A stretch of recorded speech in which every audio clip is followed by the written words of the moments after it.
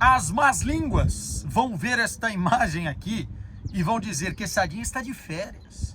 Quesadinha está jogando pôquer com esses óculos escuros. Olha esse sol em Barcelona. Foi pegar um mar, foi pegar uma praioca. Praioca é foda, hein?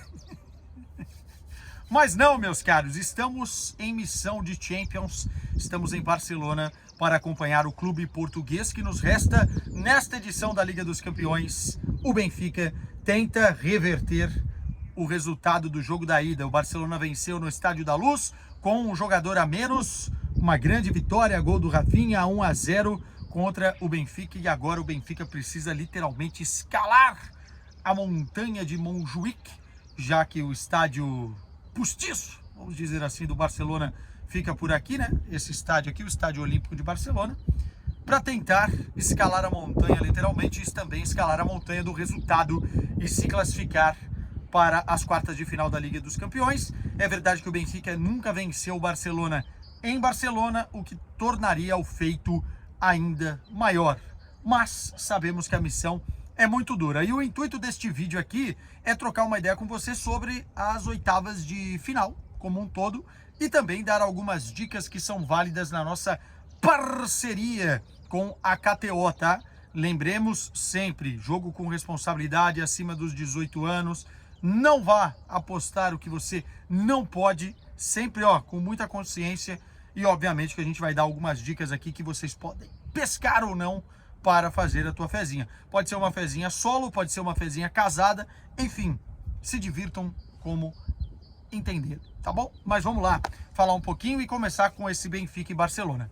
Cara, eu cheguei aqui ontem à noite, inclusive gravei vídeo aqui do canal, e a verdade é que o clima não tá dos melhores em Barcelona, né? Tivemos o jogo do Barça adiado por conta da morte do médico, né, de 53 anos do Barcelona, que, enfim, pegou todo mundo de surpresa. O jogo foi adiado, foi um infarto fulminante, né, pelo que foi relatado, e um luto geral no plantel, um luto geral no clube. Inclusive hoje na coletiva de imprensa do técnico Hans Flick nós tivemos um minuto de silêncio e algumas perguntas relacionadas à cabeça, né, dos jogadores, como é que tá o ânimo, questão anímica para essa partida.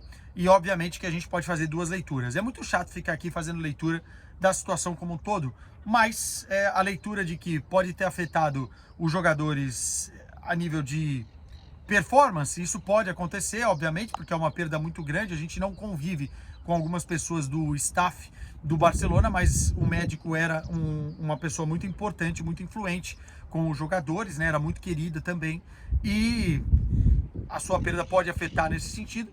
Mas ao mesmo tempo, como o Hans Flick falou hoje, pode ser um combustível para os caras quererem ganhar por ele, né? Jogar por ele, e certamente isso estará na preleção deste jogo, né? Mas o ambiente é esse, tanto que hoje não tivemos jogador presente na coletiva do Hans Flick, apenas o Hans Flick, e também não tivemos as famosas entrevistas one-to-one, né?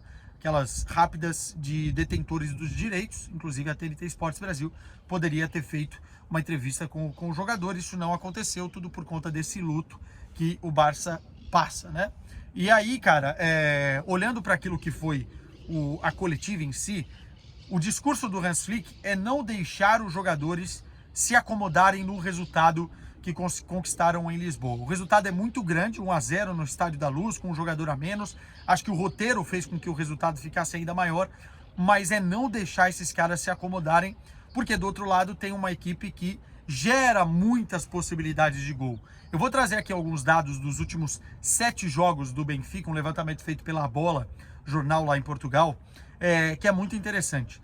Nos últimos 7 jogos, o Benfica criou 151 oportunidades de gol, 61 chutes enquadrados na baliza e apenas 12 gols marcados nos últimos 7 jogos. O que isso significa?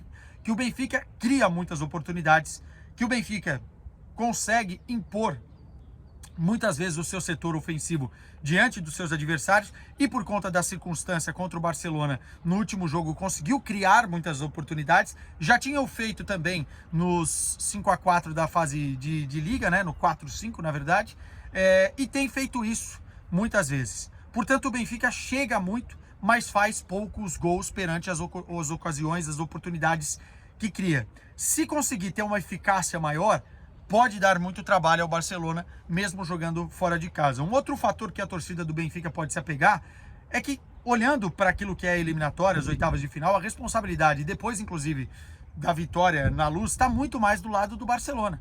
Se o Benfica passar, será uma grande surpresa para o seu torcedor. É preciso fazer um jogo digno da camisa do Benfica, um dos clubes históricos do futebol europeu, mas a responsabilidade está toda do Barcelona. Então o Benfica já tem. É ir atrás da humilhação, como diria o ditado? Não, é ir atrás de tentar realmente jogar sem medo, com coragem, e a tônica também das entrevistas aqui do Benfica foi nessa linha, né? E eu acho que o Benfica tem a oportunidade de tentar fazer alguma graça por aqui. Tendo em vista isso, a gente tem que olhar também para os desfalques. O Benfica não tem Di Maria, nem viajou para cá, e não vai ter o Carreiras, que está suspenso com um cartão amarelo que tomou no primeiro jogo. Isso pode facilitar a vida, por exemplo, de Lamine Yamal. Lembrando que o Carreiras fez um grande jogo no Estádio da Luz e já tinha feito também no 5-4, anulando o Lamine Yamal, né? O Lamine Yamal que foi substituído com 60 minutos, também por conta das circunstâncias de estar com um homem a menos, mas não fez grandes jogos contra o Benfica, o que a gente está acostumado do Lamine, né? E muito por conta do Carreiras. Ele não jogando, muito provavelmente o Bruno Lage vai escalar o Doll por ali, que é um jogador de 21 anos, sueco, que me parece ser muito bom, especialmente ofensivamente, mas é uma grande, enfim, um grande teste, né? Uma grande oportunidade para ele. Pode ir muito bem, pode ir muito mal, mas a verdade é que o Carreiras vai fazer muita falta por aquele setor. Veremos.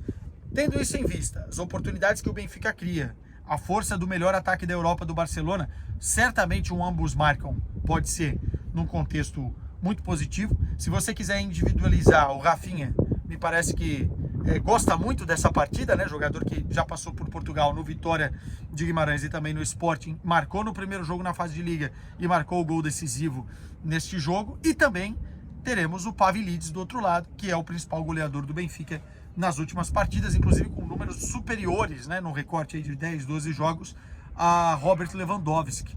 Portanto, nos últimos partidas, né? Se a gente pegar a temporada como todo, nem se compara, mas o Pavlidis vivendo uma grande fase, individualizando a fezinha, pode ser uma boa, tá? Para mim é jogo para mais de 2,5, ou até mesmo para mais de 3,5.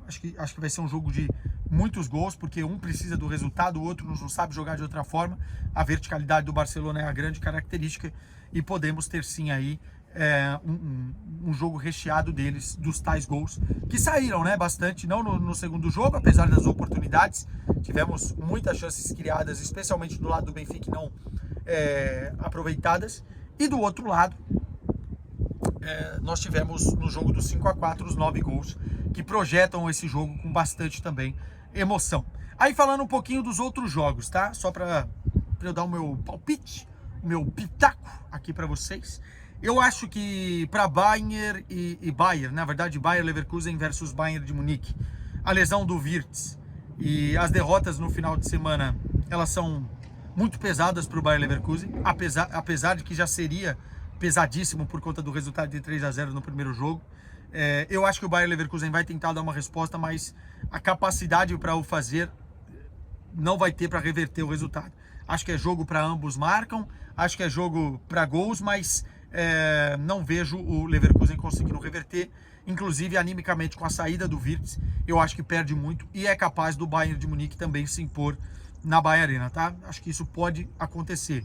Mas no seguro, o jogo para ambos marcam também uma quantidade superior a 2,5 de gols. Eu acho que é por aí.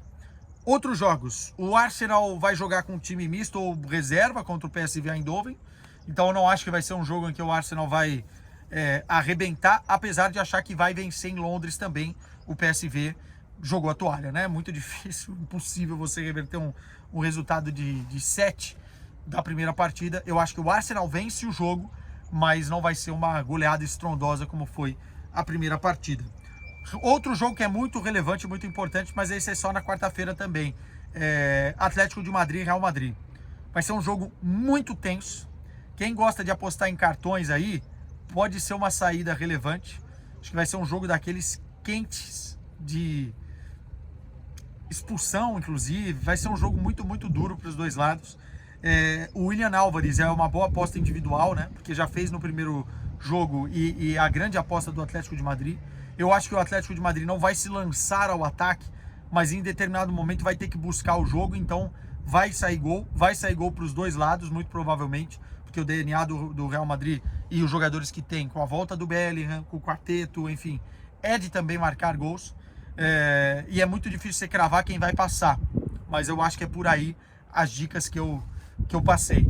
PSG e Liverpool, eu acho que finalmente o PSG marca um gol, mas o Liverpool passa, então ambos marcam, não também está mal. Acho que o Liverpool vai passar, porque sobreviver do jeito que sobreviveu no primeiro jogo fez com que a vantagem ficasse muito, muito importante para Anfield. E Anfield, eu acho que a história é completamente diferente. Eu acho que o Liverpool vai fazer um jogo muito distinto do que fez. Não está no melhor momento da temporada o Liverpool. Entretanto, para mim, a grande oportunidade do Paris Saint-Germain era em Paris e acabou não passando. O Aston Villa vence o Clube Bruges, acho que o primeiro jogo jogou água no chope belga e para mim o Aston Villa vai passar. E aí você tem Borussia Dortmund e Lille e Borussia Dortmund.